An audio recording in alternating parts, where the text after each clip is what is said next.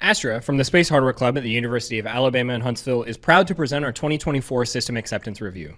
Our team of 45 members has been working diligently through the past 9 months to improve our rover design, prioritizing improvements to our robotic arm, a redesigned biosensor system, and critical infrastructure updates to our electronics and software systems. The core rover submodule supports all mission-specific rover configurations and consists of a welded aluminum chassis, custom carbon fiber averaging suspension, and redesigned software and electrical systems. The core's electronics have been fully redesigned for improved accessibility and wire management. The main computer has been upgraded to an Intel NUC 13 connecting to several modules: core with autonomy, biosensor, ARM, and both end effectors. The modules for each rover configuration communicate peer-to-peer through ROS2, allowing for independent control and feedback between modules. This design ensures flexible and efficient operation of each component direct to module from the base station. The base station can run locally on any single device, allowing for versatile operation capabilities and eliminating a single point of failure. To increase comm speed while maintaining connection across long distances, our system now includes a 2.4 and 5 GHz dual-band antenna alongside our pre-existing 2.4 GHz bullet, all handled by a managed switch to provide detailed comms data. The rover system is equipped with a suite of cameras that allow the operator to interact with the environment accurately and precisely. These include a live view from directly on the end effector, as well as cameras placed around the core rover to provide a front view, rear view, and a top-down view from the antenna mast. To meet the requirements for extreme retrieval, the drivetrain utilizes 100-to-1 gear-reduced Neo 550 brushless motors with SparkMax motor controllers for improved torque output and speed control. This enables increased command over the rover's mobility. Large diameter, compliant TPU wheels enable the rover to navigate deep sand, gravel, and large rock fields, reducing the risk of entrapment. The chassis includes an easily accessible emergency pull switch in the event the rover endangers itself or others. In order to move the arm efficiently, inverse kinematics are used, allowing natural end effector movement, resulting in finer manipulation of tools and objects. For the equipment servicing mission, the ARM module consists of a 6-degree of freedom arm manufactured from a wide variety of materials, such as carbon fiber composites and titanium metals. This allows the arm to support loads greater than 5 kilograms. Fine object manipulation is supported through a robust motion control system. Movement is managed by 3 linear actuators, which control the extension of the arm, and 3 servo motors that rotate the end effector using a bevel gear system.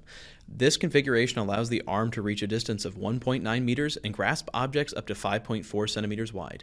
A TPU grip surface on the end effector allows us to securely grasp objects critical for equipment servicing tasks.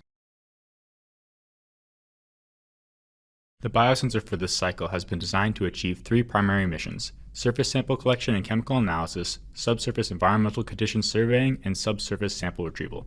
For surface sampling, a small robotic arm lowers tubing that is attached to 3 cyclonic separators that then collect enough soil to be split into 3 test tubes for analysis. We will conduct 4 chemical tests on the surface samples. The first 2 will directly determine the presence of life: a bisynchronic acid assay for detecting proteins and an acetic acid test to detect carbonates. The next 2 determine the suitability of the site for supporting life.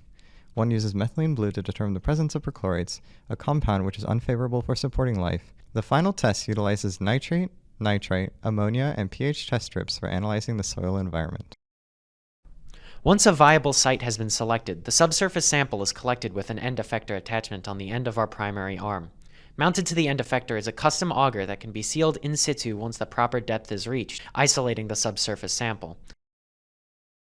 After this is retracted, a temperature and humidity probe is then lowered to record the conditions at the bottom of the hole. The Autonomous Navigation Subsystem has seen substantial improvements in its capabilities since last year. The rover's new autonomy architecture utilizes OpenCV alongside the YOLO V8 neural network trained off of a custom dataset.